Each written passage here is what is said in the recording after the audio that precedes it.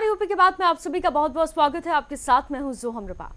उत्तर प्रदेश के अमृत भारत स्टेशन योजना के तहत पूर्वोत्तर रेलवे के 58 स्टेशन का रीडेवलपमेंट किया जा रहा है। स्टेशनों के पुनर्विकास का कार्य तीव्र गति से किया जा रहा है, जिससे उनका स्वरूप पहले के मुकाबले काफी बदल रहा है।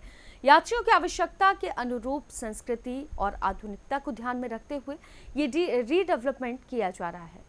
उत्तर प्रदेश के अमृत भारत स्टेशन योजना के तहत पूर्वोत्तर रेलवे के 58 स्टेशनों का रीडेवलपमेंट किया जा रहा है।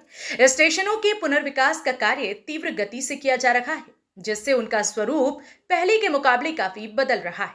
अमृत भारत स्टेशन योजना के तहत 50 वर्षों की आवश्यकताओं को ध्यान में रखकर अमृत भारत स्टेशनों का पुनर्विकास हो रहा है। यात्रियों को उच्च स्तरीय सुविधाएं मिलेंगी। स्टेशन पहुंचते ही यात्रियों को क्षेत्रीयता का एहसास हो जाएगा। अमृत भारत योजना में दीर्घकालिक दृष्टिकोण के साथ स्टेशनों का विकास किया जा रहा है।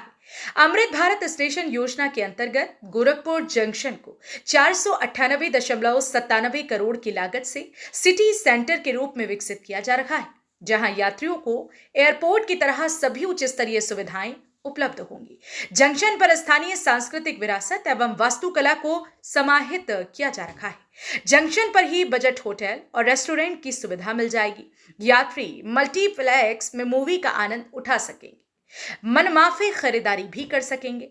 जंक्शन पर प्रतिदिन 1,68,000 यात्री आवागमन कर सकेंगे। गोरखपुर जंक्शन, बस स्टेशन और उत्तरी गेट का असुरन चौराहा आपस में फ्लाईओवर से जुड़ जाएंगे। लोगों को सड़क पर चलने की जरूरत नहीं पड़ेगी। जंक्शन पर ही मेट्रो ट्रेन की भी सुविधा मिल जाएगी। इसके लिए परिसर में मेट्रो स्टेशन बनाया जाएगा।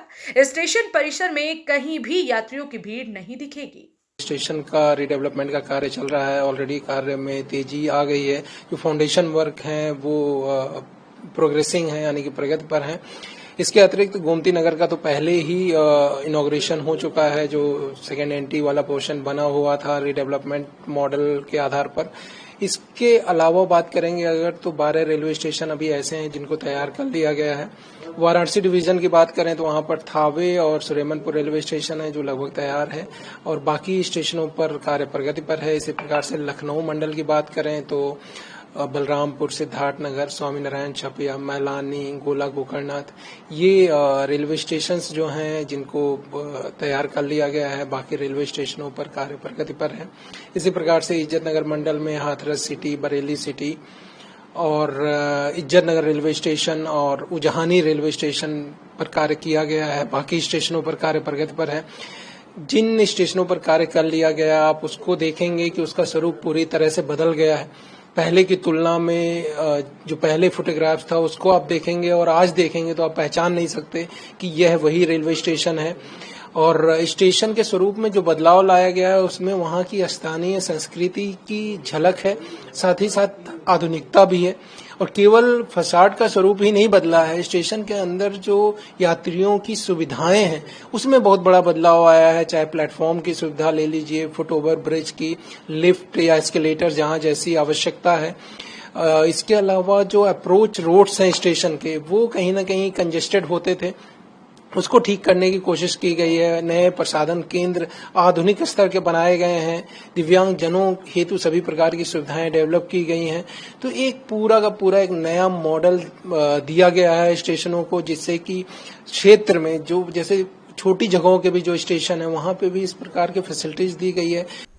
पूर्वोत्तर रेलवे के 58 अमृत भारत स्टेशन पर यात्रियों की सुविधा के लिए कई व्यवस्थाएं की जा रही हैं। इस परियोजना पर करीब 2000 करोड़ रुपए खर्च किए जा रहे हैं। अमृत भारत योजना में दीर्घकालिक दृष्टिकोण के साथ ही स्टेशनों का विकास किया जा रहा है। फिलहाल के लिए इस खबर में सिर्फ इतना ही। बाकी तमाम खबरों के लिए आप देखते रहिए यूपी की बात।